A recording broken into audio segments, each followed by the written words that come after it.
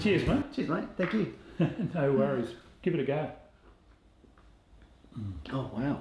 Have you had it before? Yeah, I have a couple of times. It's every time, but it's just like, It's not a bad drop, is it? yeah, it's beautiful.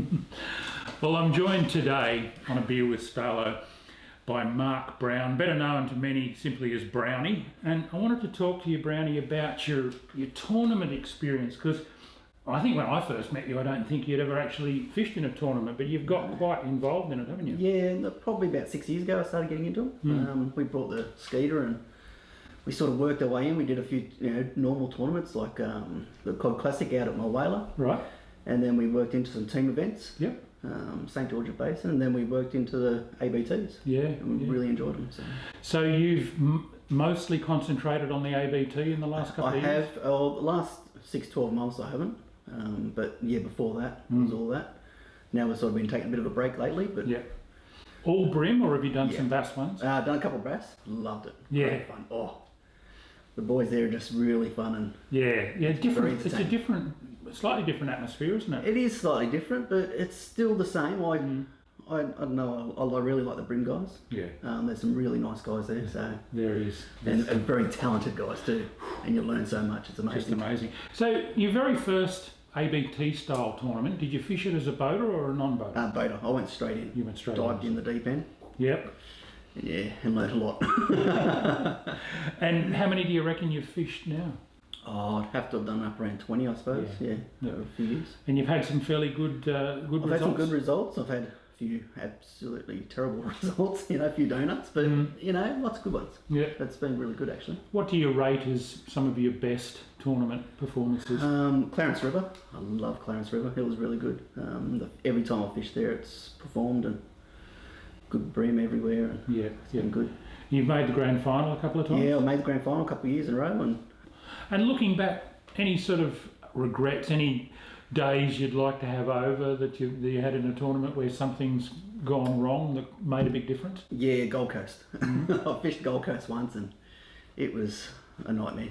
I just went the wrong direction. I should have gone that way instead of that way off the start line.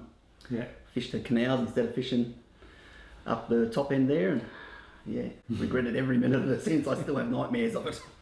The thing that I always remember from fishing tournaments is you'd go to somewhere, particularly like in those days it was all pretty new, so we'd go to somewhere like Malakuta and there'd never been a tournament there, and you'd be having a few beers in the pub with the locals and they say, 5 bream, you've only got to catch 5 bream for the day. Mate, I can go out and do that in half an hour, And then people come in with donuts or with 1 or 2 fish bags and the locals just shake their heads.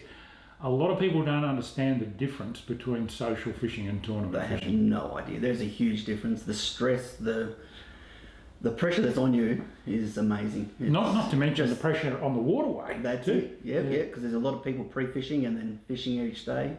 And then you've got a non-boater in the back that you have to put them on to fish. Yeah. Otherwise you look like an absolute idiot. So that's right. You want to put them on and Who have you looked up to and admired in the tournament circuits? Oh, it'd have to be Steve Morgan, Mark Crompton, Chris Hickson definitely. He's a freak, isn't he? And every time I speak to him, he teaches me something little new, even though he's a lot younger than me too. So. And it's not just the brim; he's just as good on the bass. Yeah, bass, and he's getting into his cod and that as well. And it's really good. So there's a lot of good fishermen out there. Yeah, it's amazing. All right, let's get down to strategy. What's your approach on your pre-fish day, for example?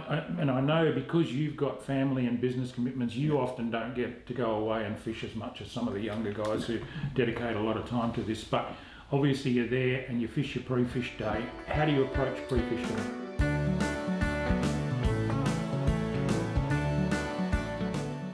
So 6 years or so, things have changed even in that time. What are some of the trends that you've noticed have changed in tackle and techniques for brim fishing in tournament circuits?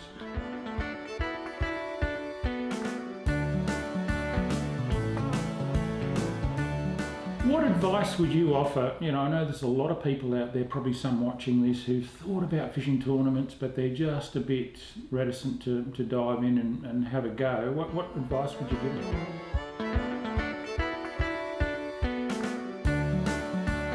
Now it obviously puts a little bit of pressure on the family scene. That's got to does. be an important consideration, hasn't Oh, it does, yeah, because if you don't have a good relationship at home with the wife and the kids, it's really hard. Yeah. Because you spend a lot of time away, especially some of the guys are doing 3 or 4 different circuits. Yeah. And so they're away every second week. Well, I Chris don't know how Hickson, they I do it.